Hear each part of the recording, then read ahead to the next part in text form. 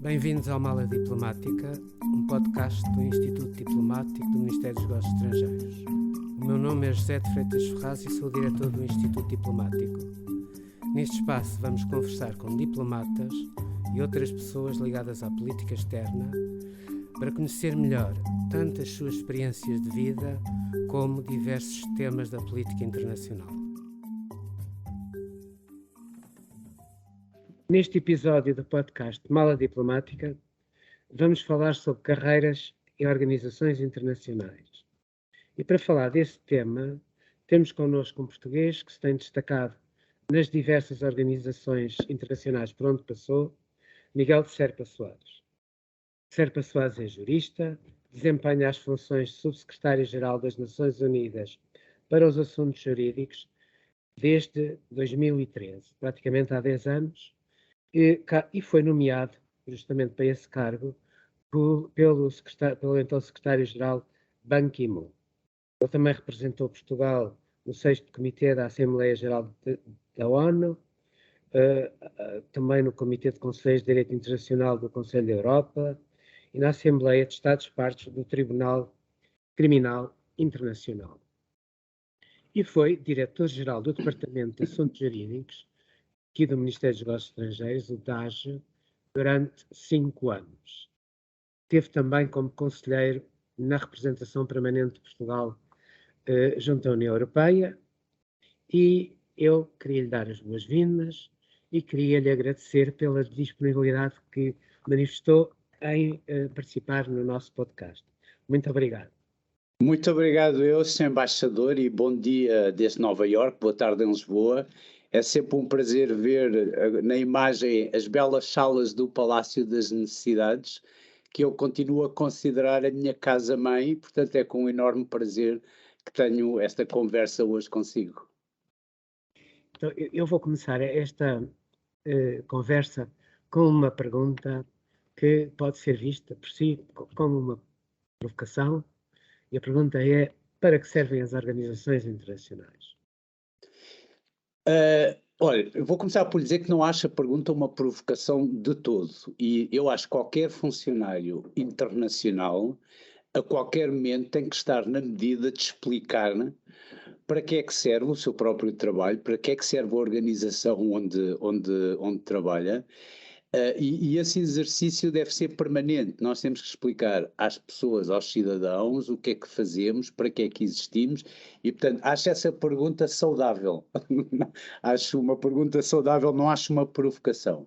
Mas vamos ver, na origem eu tenho um bocado uma visão funcional de todos estes organismos, e isto assenta na ideia de que as organizações internacionais existem, em primeiro lugar, para responder a uma necessidade, e essa necessidade é a necessidade que os Estados têm em desenvolver determinadas ações ou atingir de determinados objetivos o que nunca conseguiriam sozinhos.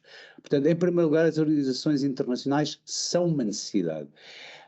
E agora, saindo do abstrato e dando exemplos concretos, de uma maneira que as pessoas provavelmente não se apercebem, fora destes círculos diplomáticos e profissionais, a ação das organizações internacionais tem um impacto em vários aspectos da sua vida cotidiana, mesmo que as pessoas não percebam isso.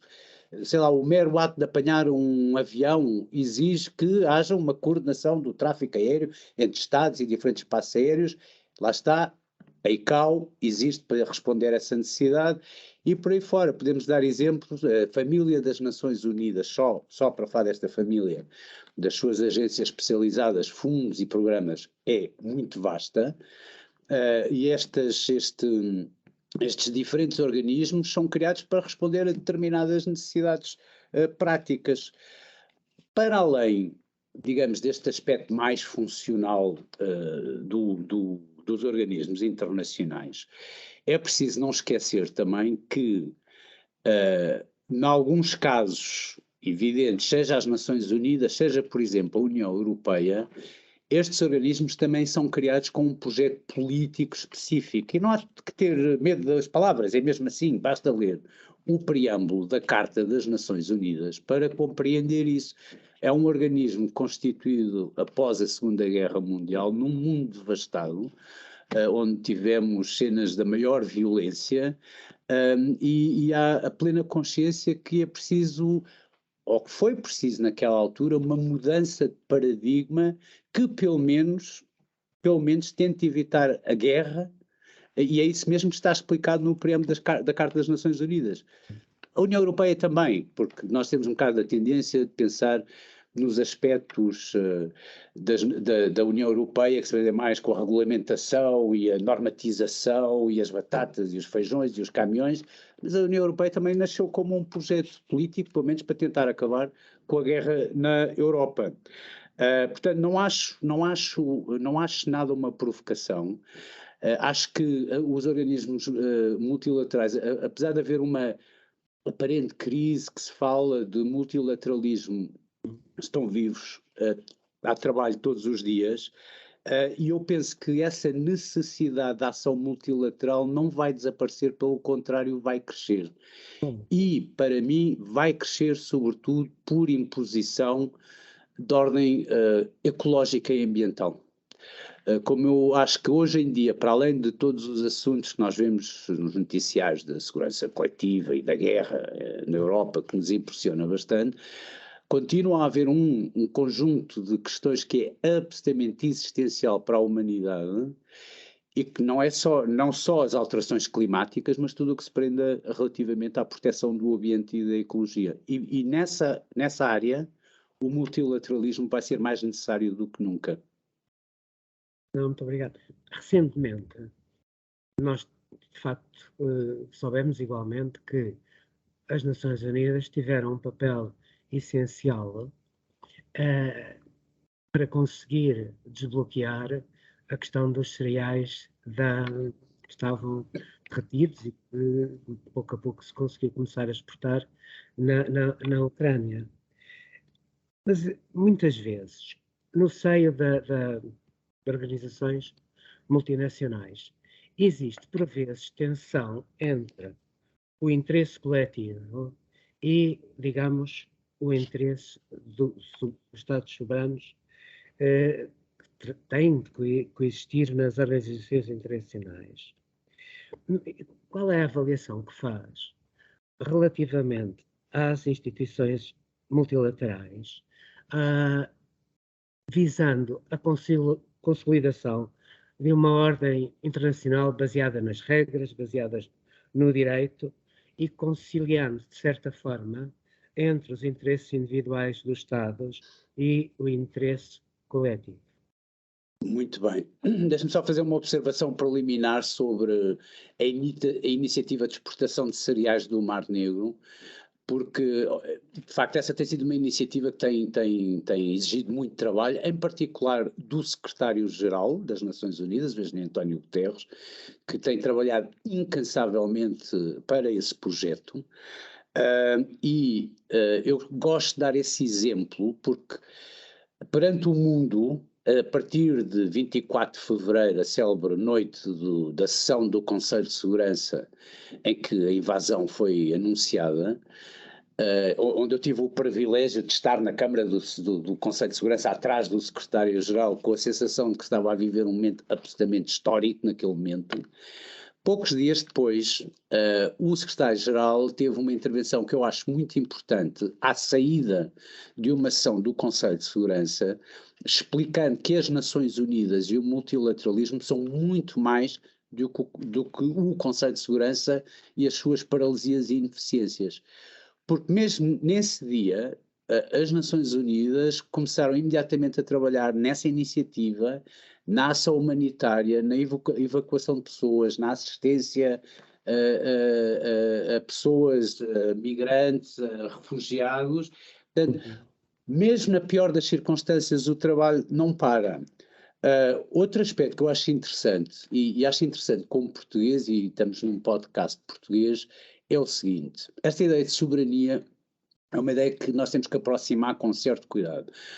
Porque eu costumo dizer que sou um soberanista, no sentido que acho que é muito importante que os Estados preservem um controle sobre determinadas decisões, idealmente democrático, não é? Nos Estados que têm um regime democrático, Mas a ideia de soberania é diferente consoante os países. O que é que eu quero dizer? Para nós portugueses, um país de pequenas dimensões, 10 milhões de habitantes, penso que é o último censo, aponta numa margem de 10 milhões de habitantes, não extraordinariamente rica em termos de recursos naturais, sem uma força militar de uma dimensão extraordinária, somos membros da NATO, cedemos ou transferimos segmentos importantes da nossa soberania para a União Europeia, ou exercemos em conjunto com outros Estados funções que podem ser vistas como funções de soberania. Ou seja, nós temos um conceito muito mais aberto ao exterior, como pequeno país, e vemos a soberania como digamos, uma realidade de cooperação com outros Estados. Nenhum de nós, como português, vê uma ofensa grave à nossa soberania, o facto de tomarmos decisões em conjunto em Bruxelas ou na NATO. Um americano, ou um chinês, ou um russo, digamos, um destes super soberanos, membros permanentes do Conselho de Segurança, já tem uma visão um bocadinho diferente do que é a soberania e o multilateralismo, certo? Agora, diga, desculpe. Não, e uma visão, digamos, mais nervosa, mais irrequieta e com uma certa ansiedade sempre, quando se fala nessas questões. Digamos que nós olhamos para o tema com maior à vontade e percebemos que hoje em dia é inevitável não haver que as soberanias sejam partilhadas. Há coisas que o Estado individual não consegue, por isso simplesmente, muito grande que seja, sozinho resolver, não é? Exatamente, mas nós culturalmente temos essa ideia perfeitamente assimilada e convivemos muito confortavelmente com o multilateralismo e com estas realidades. Isso é uma vantagem para nós, aliás. Para além disso, eu penso que a grande função das instituições multilaterais é precisamente resolver essa tensão entre individual e coletivo. Digamos, a base de qualquer ordenamento internacional é mesmo esse princípio de respeito pelas diferentes soberanias, a igualdade soberana dos Estados, mas evitar as ações unilaterais que prejudiquem o conjunto da comunidade internacional. Obviamente, o sistema não é perfeito porque o mundo não é perfeito. E hoje em dia estamos a viver uma crise importante do sistema de segurança coletiva que foi inaugurado em 1945 e não vamos negar, estamos num momento de grande tensão que não é o primeiro, nos 76 anos das Nações Unidas, mas é um momento de tensão. Qual é a função do direito nisso? A função do direito é um bocadinho, vamos lá ver, o oposto de ordem é desordem. O oposto de regra é não regra.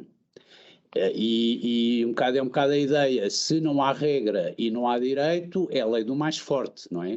Might makes right, como os ingleses dizem. E isso é, digamos, a tarefa principal, e tem sido a tarefa principal das Nações Unidas, porque, pensando em termos históricos, o que é sempre difícil para nós pensar em termos históricos, nós estamos sempre absorvidos pelas nossas circunstâncias imediatas, não é? Mas se nós pensarmos em termos históricos, o direito internacional é muito recente. Digamos, artificialmente, pomos o início após as convenções de Westfália, mas na verdade, o grande desenvolvimento do direito internacional deu-se a partir de 1945 sob a égide das Nações Unidas. E é por isso que hoje, passados 76 anos, nós temos um património coletivo da humanidade de mais ou menos 600 tratados multilaterais negociados e concluídos sob a égide das Nações Unidas e dos quais o secretário-geral é depositário.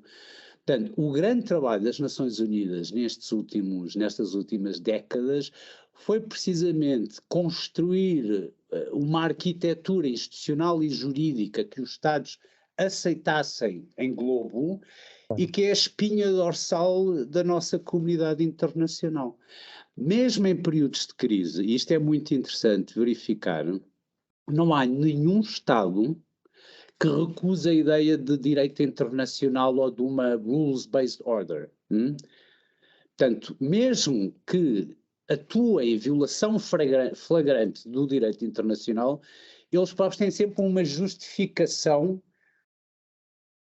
de acordo com o direito internacional, até agora na situação de fevereiro. Portanto, a Rússia justificou a sua ação militar com argumentos de direito internacional, obviamente sob premissas falsas e, portanto, o edifício cai. Mas isso mostra-nos que não há nenhum Estado que recusa a ideia de direito internacional. Todos falam essa linguagem. Digamos que é um cimento. Nem mesmo os Estados, digamos, que mais violam o direito internacional, põem sequer em causa a existência das Nações Unidas. Mesmo aqueles que dão a entender que, digamos, o sistema atual é um sistema que sai da Segunda Guerra, é um sistema que foi muito promovido pelos Estados Unidos e que deveria, no fundo, criar-se algo diferente, mesmo esses não põem em causa o que existe. É assim ou não? É porque os Estados têm consciência de que, apesar de todos os seus defeitos, as Nações Unidas são a única plataforma universal que existe no mundo. E só isso é um valor fundamental. Mesmo que alguns elementos críticos digam, sim, mas só por ser uma plataforma universal, é uma echo chamber, é uma máquina de falar, mas isso não pode ser desprezado, porque enquanto eles falam, como dizia o Camus, enquanto falam, não se matam ao tiro, e isso é muito importante, certo? Não, tem que ser. Foi nomeado com 46 anos pelo secretário-geral Ban Ki-moon para o cargo de secretário-geral adjunto para os assuntos jurídicos. Tinha vindo diretamente aqui de diretor dos serviços jurídicos do Ministério dos Negócios Estrangeiros. Como é que foi a transição?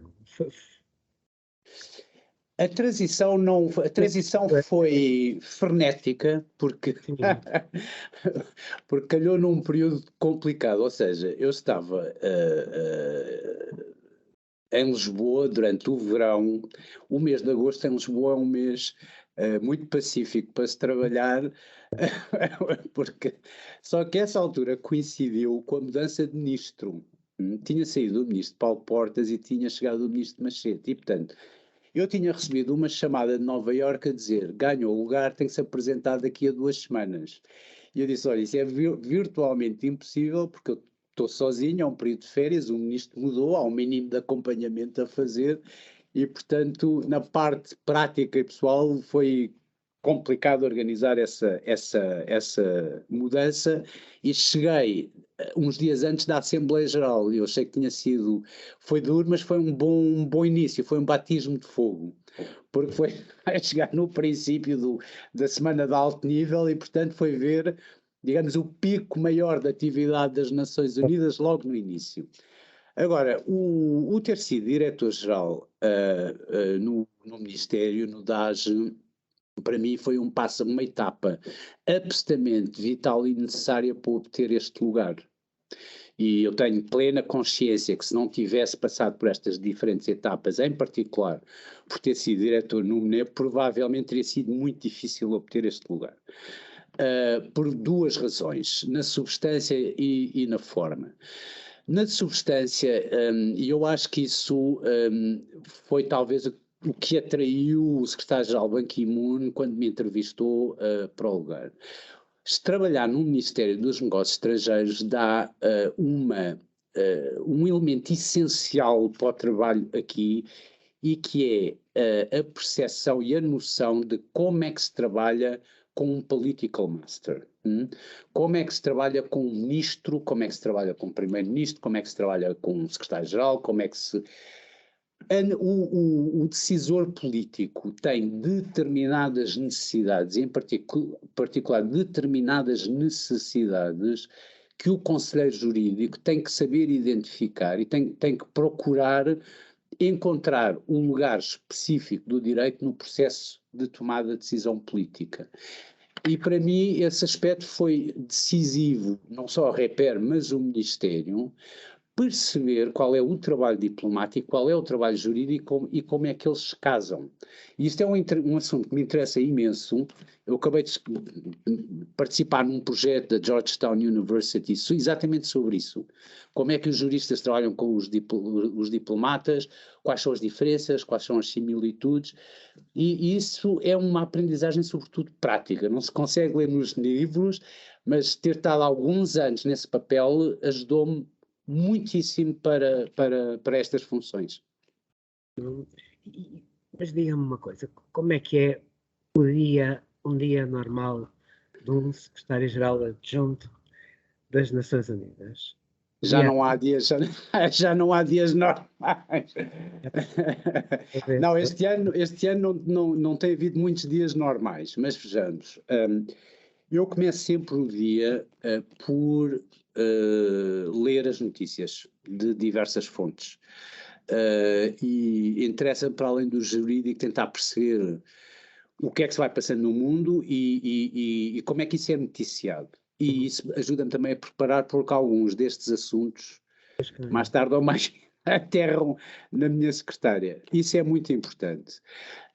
E depois, os dias, depende um bocado, há atividades regulares, ou seja, dentro das Nações Unidas há um grupo de secretários-gerais adjuntos que reúne 10 em 10 dias com o secretário-geral, que é uma espécie de conselho de administração, onde aí as discussões são mais sobre policy, temas de atualidade, e tudo isso é preparado.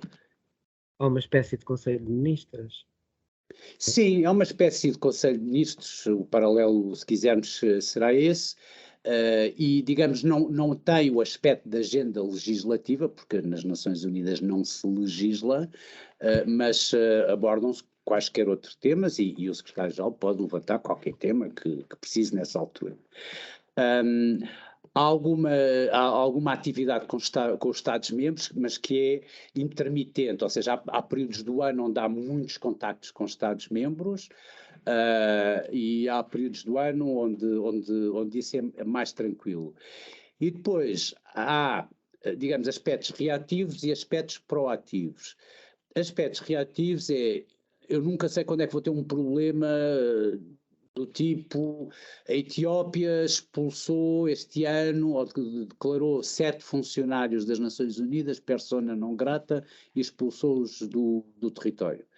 O que é uma infração evidente das obrigações internacionais da Etiópia. Isso supõe a recolher elementos, escrever uma nota verbal para a missão da Etiópia aqui, fazendo valer os nossos pontos de vista, eventualmente pedindo um encontro com o embaixador.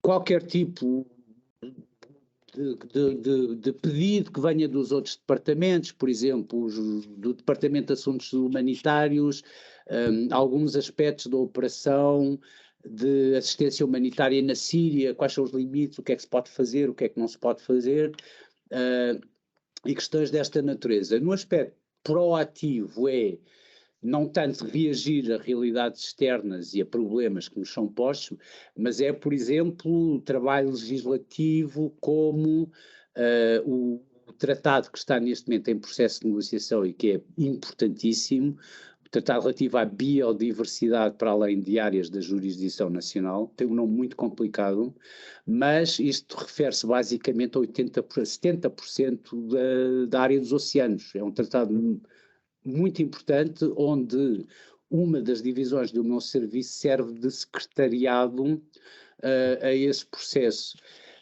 Eu costumo dizer que tenho muita sorte, porque depois deste tempo, e quase em 10 anos, eu continuo a achar que tenho o trabalho jurídico mais interessante do mundo. E esse interesse vem da variedade de assuntos que são colocados, ou seja, há muito pouco de repetitivo neste trabalho. E isso é desafiante, porque obriga-nos a pensar em novas soluções e os problemas vão sendo novos, mas é muitíssimo estimulante. Pode ser algumas vezes intenso e cansativo, mas é um trabalho muitíssimo interessante. E é estimulante também chefiar uma equipa, no fundo que é uma equipa multinacional, de mais de 200 pessoas. Achou isso fácil, difícil? É mais fácil para um português? É menos fácil? Vamos ver, e são duas perguntas. Achei interessante, não achei difícil, mas achei que quando se dirige uma equipa multinacional é preciso ter alguma sensibilidade cultural. E isso quer dizer simplesmente o seguinte: eu não posso falar com um funcionário meu japonês da mesma maneira que falo com um americano ou com um português, e isso conta. Portanto, nós temos que aproximar as pessoas de forma diferente, aliás, para procurar pô-las à vontade também. E, portanto, essa sensibilidade cultural, eu acho que é mais fácil para nós portugueses, por razões diversas. Eu acho pelo facto de nós somos, enfim, eu não quero parecer fanfarrão, mas eu acho que de facto os portugueses são globalistas há 5 séculos. E portanto há uma certa predisposição de abertura e de aceitação do outro que facilita o nosso trabalho nas instituições multilaterais. Ou seja, não há os portugueses não impõem um modelo cultural próprio e forte, não estão fechados a ouvir o outro, e eu acho que isso é uma marca nossa, boa, positiva, que não devemos assimilar e assumir perfeitamente, e que de facto nos ajuda, porque se repararmos bem, os portugueses não se saem mal neste mundo multilateral. E eu acho que uma das vantagens de base que nós temos é essa mesmo, há uma relativa abertura ao exterior, há uma facilidade de contato com o exterior que nos ajuda, e tem-me ajudado a mim particularmente. Não, e o engenheiro António Guterres disse-me, por exemplo, o secretário-geral disse-me que aquilo que ele notou como um dos trunfos da candidatura dele foi o facto de, ao contrário do que nós pensamos, existe no mundo uma grande abertura e quase que um carinho relativamente a Portugal. Ao contrário do que aquilo que nós pensamos, nós somos bem vistos no estrangeiro. Portugal é visto com calor, e portanto que isso, digamos que esse elemento ele considerou como sendo também importante, obviamente, como um elemento que facilitou, de certa forma, a candidatura dele. Nós vamos aqui no Ministério, isto ainda não é público, mas vamos avançar em breve com estruturas mais ou menos permanentes para ajudar jovens a concorrerem tanto digamos, à União Europeia, como a concorrerem igualmente às organizações da família das Nações Unidas. Que conselhos é que dá a um jovem que pensa nesse tipo de carreira? Total encorajamento. E pensar, e eu acho que os jovens, os miúdos, como quiser, hoje têm mais esse espírito até do que na minha geração ou na sua, Sr. Embaixador. Pensam mais em termos globais, por uma multiplicidade de fatores, e veem o seu próprio mundo muito mais vasto do que nós víamos na nossa altura. Isso é uma vantagem. E há pouca presença de funcionários portugueses. Como lhe disse, normalmente fazem boa figura os que se apresentam, e portanto encorajamento ao máximo, bom domínio de língua estrangeira, o que nós portugueses costumamos ter, e ajuda-nos muito no contacto depois com outras pessoas. Isso, eu notei isso, por exemplo, ligando à questão anterior, quando eu cheguei em 2013 ao meu departamento, era um departamento profundamente anglo-saxónico, praticamente só trabalhava em inglês, o tipo de diretores que eu tinha eram predominantemente. Eu investi muito tempo a mudar isso. Primeiro impus o uso do francês e do espanhol como línguas de trabalho correntes. Isto passa-se na segunda semana em que eu estou aqui, apresentam uma nota verbal dirigida ao embaixador de França, redigida em inglês. Eu disse, recuso-me a fazer isso, e portanto essa sensibilidade multilinguista, multicultural é muito importante, e as pessoas recebem isso muito bem. Portanto, não se fiquem só pelo inglês, uma língua a mais é sempre uma vantagem extraordinária, abre imensas portas, portanto, bom domínio das línguas, muito encorajamento, e também dizer que se concorrerem no exame e não entrarem à primeira, persistência, porque eu tenho vários funcionários aqui brilhantes, e o acesso às Nações Unidas é difícil porque o sistema é muito competitivo, que tentaram várias vezes, e hoje aqui estão a fazerem um trabalho espetacular.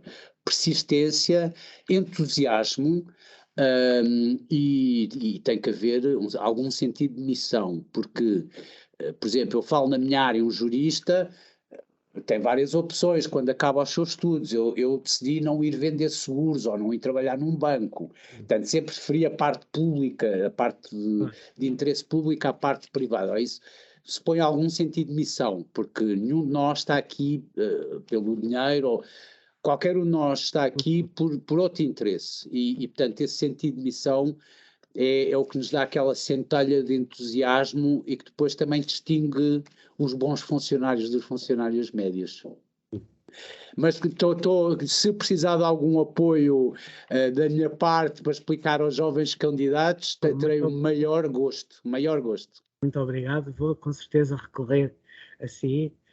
Muitíssimo obrigado. Obrigado. Gostei muito de estar consigo. Obrigado, muito obrigado. Bom dia. Obrigado por ter ouvido este episódio da Mala Diplomática, um podcast do Instituto Diplomático do Ministério dos Negócios Estrangeiros. Siga-nos no Spotify, no YouTube do Ministério e no portal do Instituto Diplomático.